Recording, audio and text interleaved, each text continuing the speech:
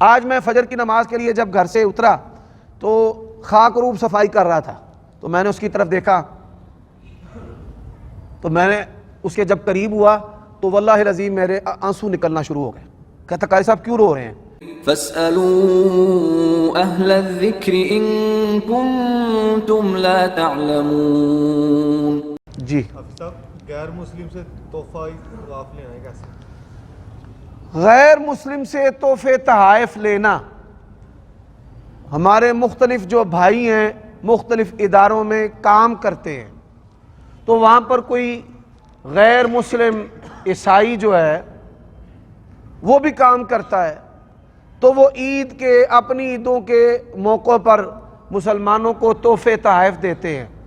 دیکھیں تحفے تحائف جو ہیں، چار باتیں میں یہاں پر کرنا چاہتا ہوں۔ پہلے نمبر پر وہ غیر مسلم زندیق کافر نہ ہو، رافضی اور قادیانی نہ ہو۔ رافضی اور قادیانی سے کسی قسم کا کوئی تحفہ نہیں لیا جائے گا۔ دوسری بات کہ جو تحفہ ہے اس کا تعلق دعوت کے ساتھ ہو۔ آپ تحفہ لے لیں اس ذہن کے ساتھ کہ میں بھی اس کو تحفہ دوں گا اور میں ساتھ اس کو کہوں گا کہ بھائی اسلام کو قبول کر لیں۔ اگر کوئی بندہ آپ کے قرب و جوار میں غیر مسلم ہے تو آپ پر یہ چیز واجب ہے کہ آپ اس کو کم از کم ایک مرتبہ کہیں بھائی مسلمان ہو جا۔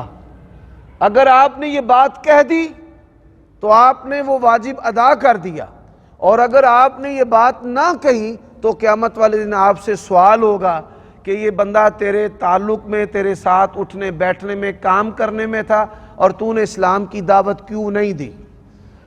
وہ خاک رو بھی کیوں نہ ہو۔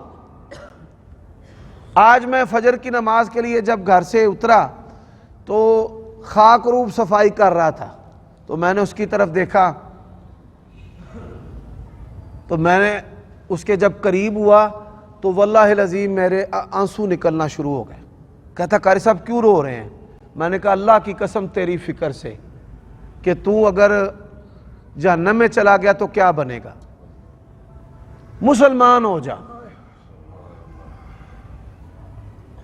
یہ آج صبح میں نے اس کو دعوت دی ہے صفائی کرنے کے لیے، وہ گلیاں، یہ گلی نہیں، فجر کے وقت آج کل کافی سارے لوگ، تو کوئی بھی غیر مسلم کسی بات کی پرواہ نہ کرے، کسی بھی بات کی، اس کو کم از کم ایک دفعہ ضرور آپ نے کہنا ہے کیا ہو جا بھائی، مسلمان ہو جا۔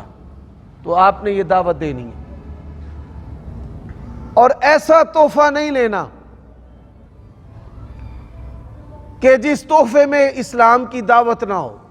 اور چوتھی بات، ایسا تحفہ بھی نہیں لینا جس کے اندر جنسی شرارت ہو، کہ وہ کوئی لڑکی ہے اور آپ جو ہیں وہ اس سے تحفہ لے رہے ہیں، اور پھر آپ اس کو تحفہ دیں اور اس کا نتیجہ جو ہے وہ آپس میں جنسی کراس ہونا ہے۔ تو یہ چار باتیں اس حوالے سے۔ بڑا اہم سوال ہے جو کہ انہی ایام سے تعلق رکھتا ہے۔ بازار کے اندر یا دفاتر میں یا مختلف جگہوں پر غیر مسلم، مسیحی، نصرانی، عیسائی جو لوگ ہیں وہ ملازمت کرتے ہیں، کام کرتے ہیں یا گھروں میں کام کرتے ہیں، تو ہمارے مسلمانوں کے جو خوشی کے تہوار ہوتے ہیں، عیدیں ہیں، ان میں ہمیں عید وش کرتے ہیں، تو کیا ہم بھی ان کو ان کے تہوار وش کر سکتے ہیں؟ اگر تو بات عید اور خوشی تک ہوتی تو عید خوشی وش کرنا غیر مسلم کو جائز ہے، لیکن بات یہاں تک نہیں ہے۔ کرسمس کا معنی ہے کہ اللہ تعالیٰ نے بیٹا جنا ہے۔ اللہ تعالیٰ کے بیٹا جننے والے دن کی مناسبت سے کسی کو مبارکباد دینا، ہیپی کرسمس، یا تو اسے کہنا پہ ہیپی عید، تو پھر علماء جواز پر بحث کریں کہ جائز ہے یا نہیں ہے۔ تو اگر ہیپی کرسمس بولیں گے تو اس کا معنی ہے کہ اللہ تعالیٰ کے بیٹا جننے پر خوشی۔ تو اللہ تعالیٰ نے قرآن مجید میں فرمایا الحمدللہ الذی لم یتخذ ولدا قل هو اللہ احد اللہ الصمد